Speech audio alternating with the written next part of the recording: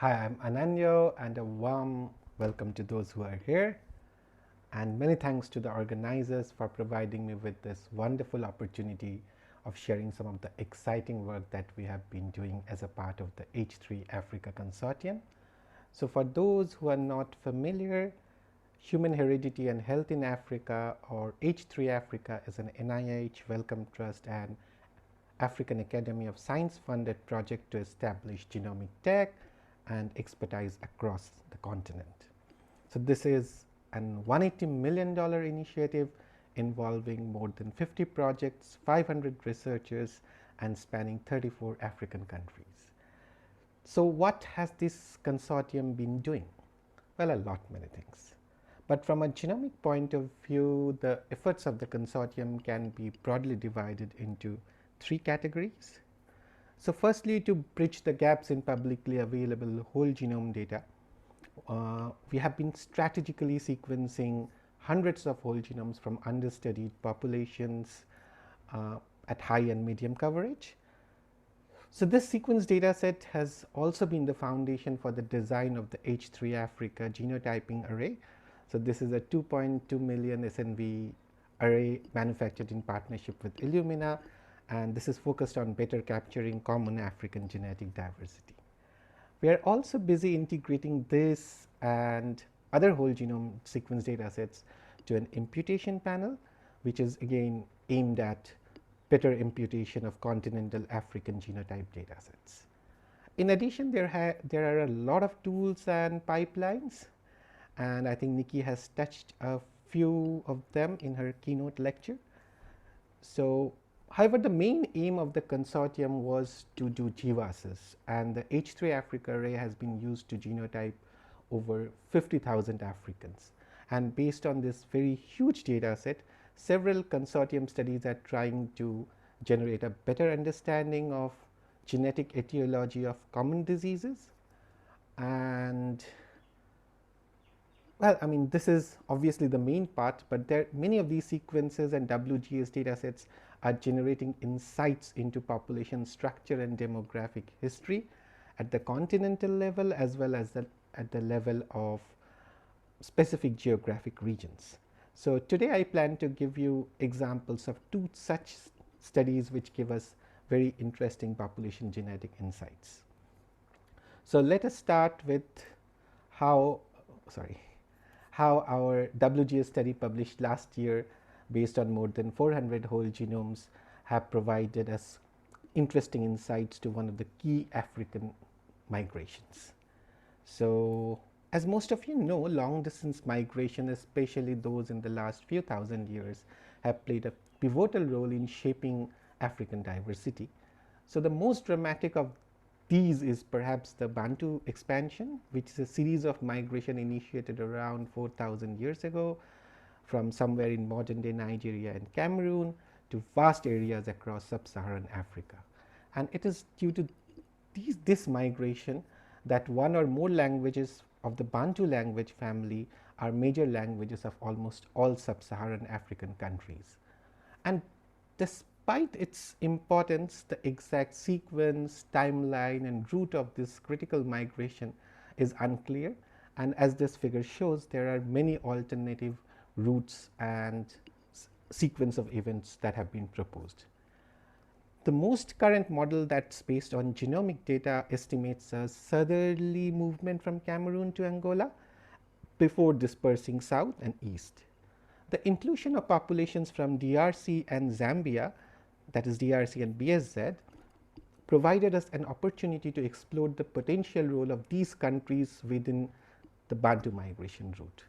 So when we looked at the amount of sharing of genomic segments, that's IBD sharing, we saw that the sharing of the Southern African Botswana was greatest among Zambians. Similarly, when we looked at the Eastern African Bantu speakers from Uganda, we found that they also have highest genetic affinity with Zambians among all the Central and South African populations. And we performed several additional analyses, including admixture modeling, and all of them show that in comparison to a route via DRC, a route via Angola seems to be much more likely. So therefore, our study supported the view that the Bantu migration seems to have moved south of rainforest to present-day Angola, and we proposed that it then moved eastward, and only after reaching Zambia, the eastern and the southern streams of the Bantu speakers separated out. So let us follow the southern stream of migrants a bit further. So these groups are often collectively referred to as Southeastern Bantu speakers. And as the SEB groups, the figure on the left shows their representation in South African rock art. So as they moved south of Zambia, they started coming in contact with Khoisan hunter-gatherers, and their representation is on the figure on the right. And the Khoisan hunter-gatherers represent one of the most ancient and genetically diverse human lineages. So the spread of the SEB groups across southern Africa probably happened in multiple waves and involved both cultural, linguistic, and genetic exchange with Khoisan living in different parts of southern Africa. So these demographic processes led to gradual diversification among the SEB groups. So the present Bantu speakers from southern Africa speak several distinctive languages such as Zulu, Sotho, Tswana, Shona, as you can see in the tree. And also, as this map shows, at least for South Africa, they have a very stratified geographic distribution within the country.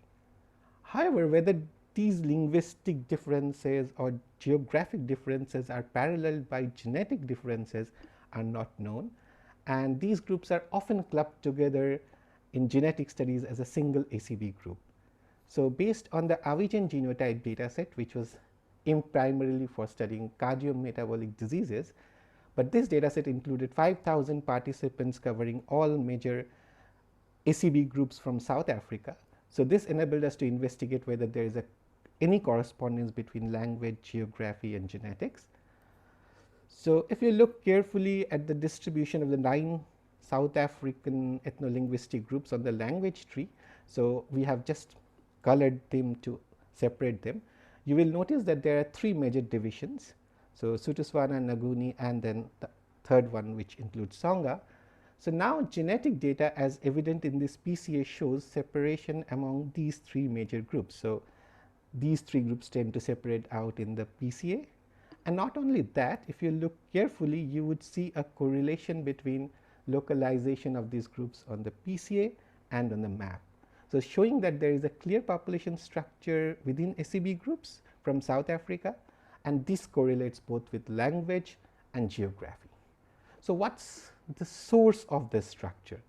So key components of the history of a population are often reflected in how the size of the population has changed. So for example, a population affected by adverse climate change or a disease would have undergone a reduction in population size.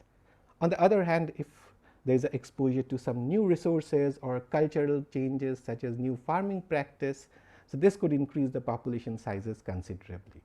So what we did, we used a program IBDNE to investigate changes in the effective population size. So we denote it as NE of various SEB groups in the last 100 generations.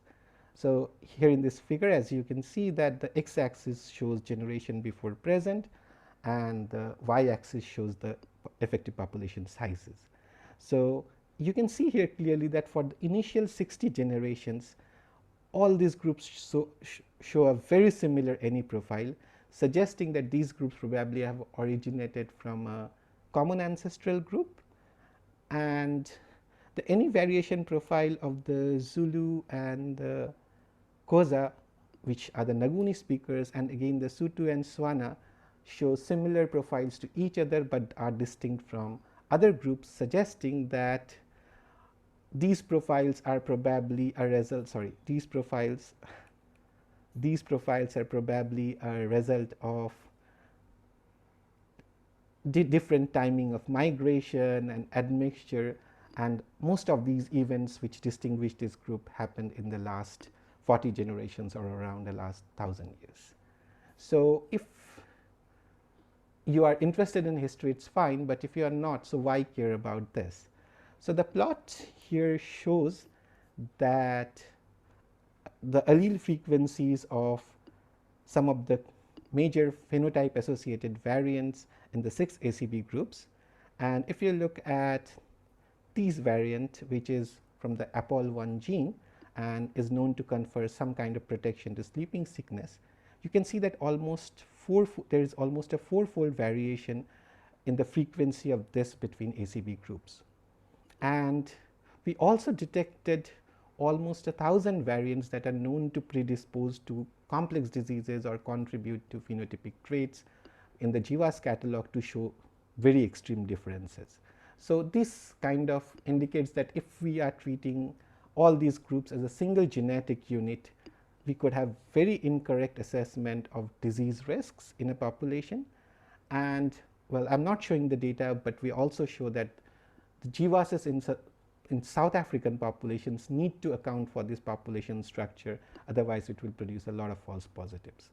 So if you want to explore this further, I would recommend this review that we wrote around a couple of months ago, which provide in-depth account of both these papers and how these contribute to our understanding of Southern African population history. So to summarize, the H3-Africa Consortium over the last few years have generated a plethora of genomic resources, and this include genotyping array, imputation panel, a number of other tools and pipelines. In addition, there are large data sets that have been generated by the consortium, and this could be of immense value in both disease research as well as understanding genetic diversity and population history. And all these data sets are being made available via either global repositories such as EGA or local databases, and this is aimed at enabling African bioinformaticists to be able to make use of these data sets in their own research. So finally, I need to emphasize that I am presenting this work on behalf of two wonderful teams. So all the credit for whatever I have presented goes to this concerted team effort.